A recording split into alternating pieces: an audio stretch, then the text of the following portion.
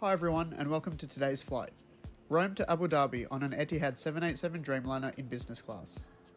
It seems like I say this for a lot of videos, but I was genuinely excited for this flight. It had been a few years since I flew Etihad and it was my first time in their business cabin. Check-in at Rome was fairly basic, with a couple of dedicated business class counters. It didn't take long and I made my way airside.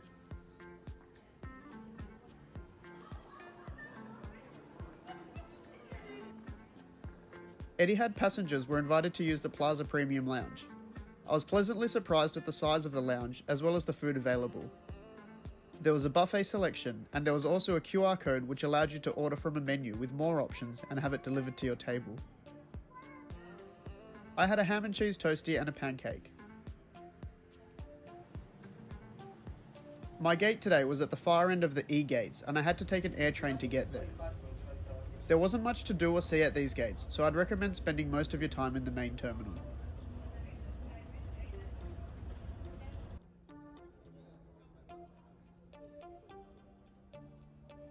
Here's my plane for today's flight.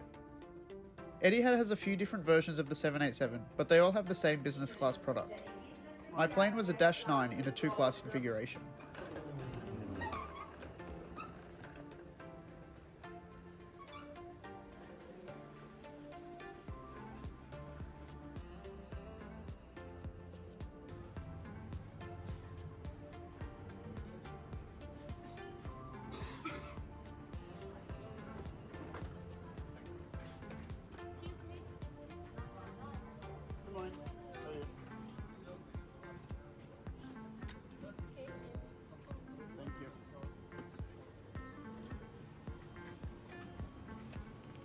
Business class had 28 seats between doors 1 and 2 with a 1-2-1 layout.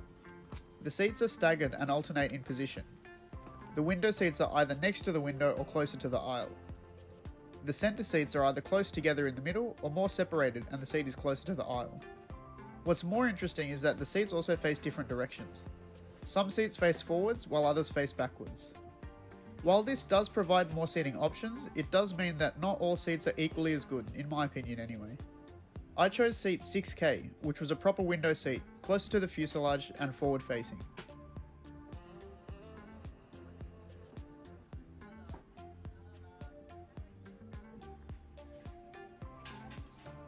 There was a pillow, blanket, menu, amenity kit and flywheel kit already at the seat.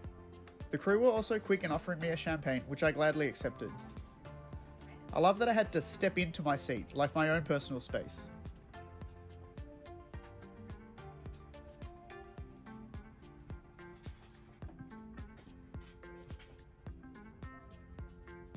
I really like the amenity kit, not so much for the contents, but the bag itself was nice and I can see myself using it later on as a toiletries bag or something. Having a look at the seat, in front of me was a large IFE screen. The leg section wasn't super wide, but there was plenty of legroom to stretch out. Moving around to the side console, there were seat control buttons, suite control panel and a pull-out IFE remote.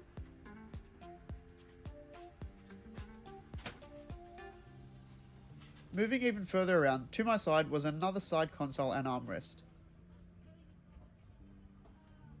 Above that was a lamp, which I feel added a nice premium look and feel to the seat. Then of course the seat itself, which had a leather top section but cloth for the rest. Here you can see how the other type of window seat has the same features but is much more open and less private than my window seat.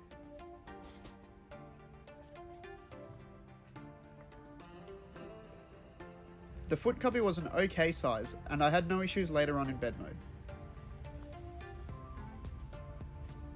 On the wall next to the TV was a hook, light and slide out table.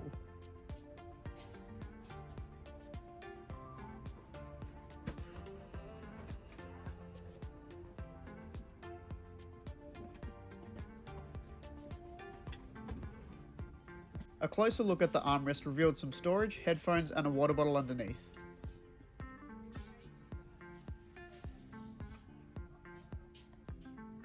Under the armrest was a bottle holder and universal power. There were also USB ports on the main side console area. This little screen controlled a whole range of seat settings and suite functions, like seat recline, seat firmness, lighting and even the windows.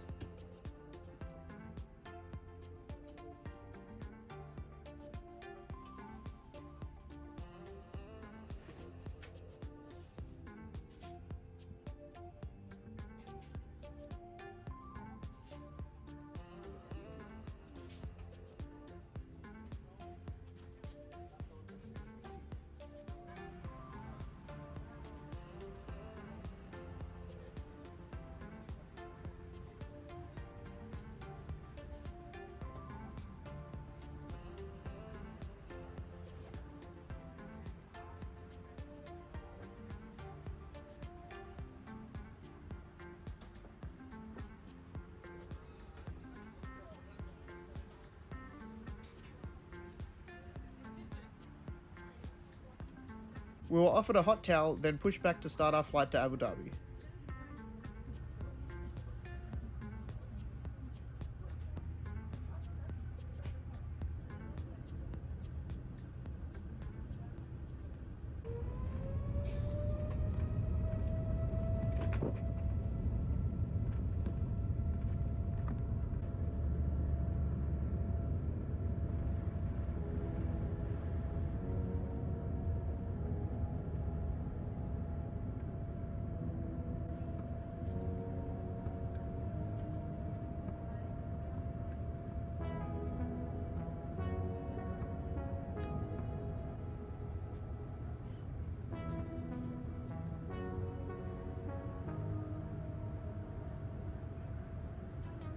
The Etihad IFE is very good.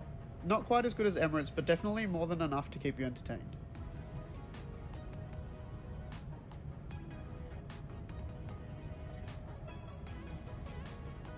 The remote was also very handy, and I could use the mini screen to browse through the menus on there and then start a show on the big screen.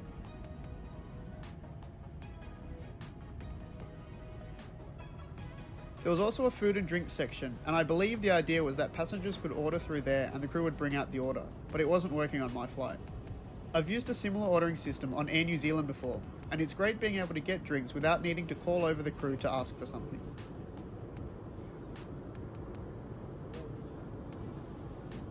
We were given some pre-lunch snacks and a drink, and my neighbour decided it was time to hold a conference at his seat.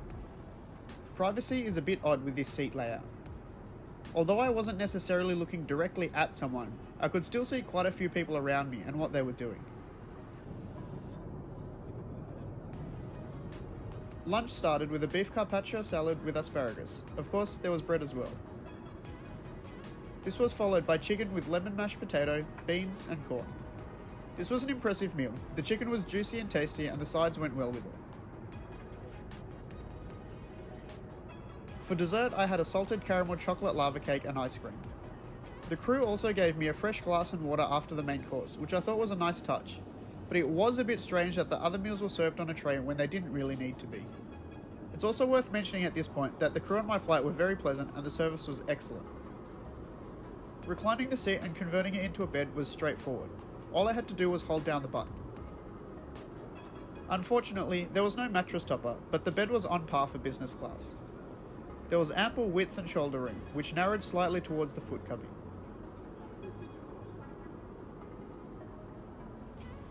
I also liked the cabin design and colour scheme. It felt very upscale and classy. Up close it was a little bit worn, but still pleasant to my eye. Like I said before, my seat had a bit more privacy being closer to the window, but I'm sure those in the aisle seats must have felt like they were sleeping in a walkway.